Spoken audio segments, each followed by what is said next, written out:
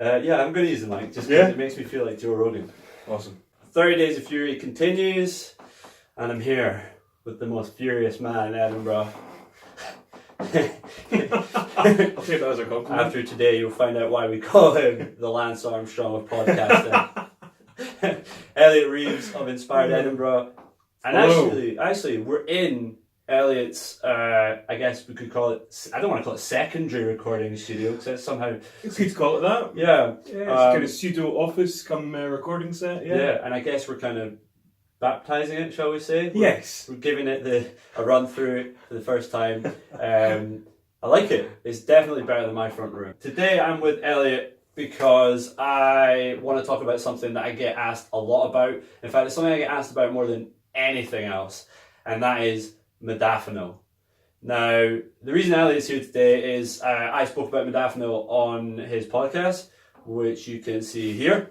You know, I was sick and tired of waking up and it being a bit of a dice roll as to whether I would feel like I was going to be the best me I could be. And I wanted some kind of guarantee. And obviously you can't ever have a 100% guarantee, but I think for me, I was always interested in experimenting with supplements across the board. I followed guys like Tim Ferriss who see their bodies as like an experiment, and you see themselves as a living experiment, and I see myself as that too.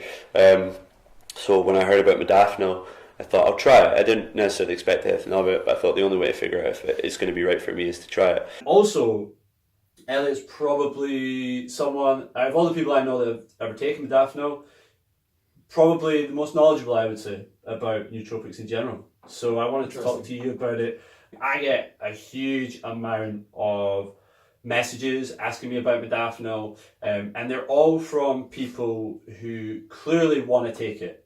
It's not, the questions are very loaded in the sense that there are people who have problems that they think Modafinil can address. Some of the questions range from as sensible as, will it affect my sleep? Will it affect my health? To someone who asked me if it would make him go bald. So we're dealing with a lot of wide scale of questions here. Let's just take it off the table. I don't think it will make you go bald, but I don't know for sure. We will preface this, actually, that's a good point. We'll preface this with the fact that neither of us are doctors, neither of us are scientists. Yet. And neither of us have been involved in any kind of clinical trials that can kind of outwardly confirm in a scientific environment that this is true. This is purely bro science. This is purely based on our personal experience. Anyway, Elliot, I want you to talk about why you started taking Modafinil, how you came across Modafinil, and your experience with it. Excellent. I will start. First off, I would like to say thank you so much for having me on your series. Always a pleasure. It's an honour and a privilege to be here today. Yeah. And it's great to be speaking with you. Modafinil, I mean, I've had Modafinil experiences, and I have dabbled in kind of nootropics more broadly. My experience of Modafinil, the first time I think I ever heard of it was actually Joe Rogan. It would be the Joe Rogan experience with either and both of Tim Ferriss and Dave Asprey, who I subsequently then heard on London Real. I've had the privilege of meeting Dave Asprey, and just kind of a curiosity and kind of exploring the possibility of enhanced cognition is something that interested me, and that's really how I first I think kind of got interested in it, and that was I decided to try it on the back of that. Fantastic. And so in terms of your first experience with actually taking it, did you have a clear definitive thing that you wanted to get from taking it? Not when I first took it. It was purely out of curiosity to see what the effects were. Obviously I'd heard like Dave and Tim speaking about it, and there was a lot of what I would consider to be almost folklore, but suggesting that it was some sort of miracle pill a la NZT 48 or whatever it's called from the film Limitless. Yeah. I always just said Limitless pill. The Limitless pill. Yeah, no, I'm more of a substance name kind of guy. And yeah, so I mean, it was really just, what's this going to do, and yeah. And what did it do? Do you know what I took? So they're 200 milligram pills, and that's one pill. You can buy 100 milligram or 200 milligram. I took a half pill, and it took a long time for me to actually notice any effect. I feel as though it's got a really slow kind of onset. It's some things you'll take. You have like a cup of coffee, right? It's assimilated immediately into your bloodstream, and you can feel the effects almost right away. Whereas with modafinil, it for me it was like a kind of slow build up, and even at its kind of peak level, I'm not sure that I was like that fully aware that I was there. And it really just it's not, you don't get a buzz, you don't get anything that you would get associated with having a really strong coffee. It's more just your brain feels like super alive, and fully charged, and like you have the capacity to kind of use more of your brain than you ordinarily do, I reckon, and just to be incredibly focused on tasks. Yeah. So if you're doing something that would generally feel as though it's kind of mundane or a bit of a pain, modafinil will kind of help you get through it. If you were wanting to clean your house, for example, and you took modafinil, I think you would just like have the cleanest house ever. Yeah, no, I agree. I agree in the sense that it definitely gives you the get up and go to do things that you might otherwise put off. I would say, and I think this is the main reason why I wanted to talk to you, and also the main reason why you shouldn't listen to any of this, is because I would say my personal experience is I feel it very quickly. So I could take half a pill and I could feel it easily within 15 minutes. Really? Yes. And then I would also say that it does give me a buzz. And I've often been quoted as saying it's like a very strong coffee, but without the kind of crash. Jitteriness. Without the jitteriness, yeah. So it's kind of like a cleaner burn, so to speak. Yes. Clearly, if you take it, you might have a completely different experience from us. So that's really important to understand. I would say, though, absolutely echoing what you said there in terms of focus and concentration, and also the ability to perform tasks that otherwise would have seemed incredibly mundane. I'm the kind of guy that shies away from doing anything that is remotely boring, as I'm sure you can tell.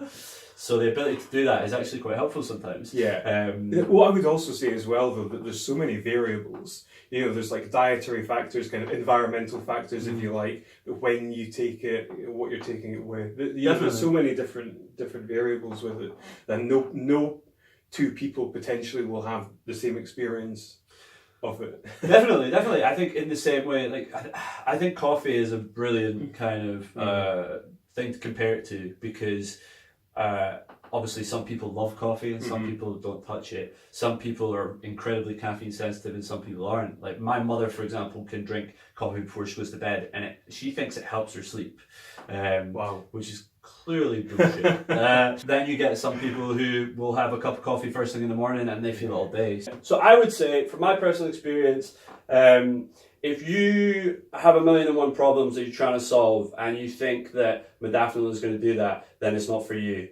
It's certainly not going to give you anything that's not kind of naturally within yourself already.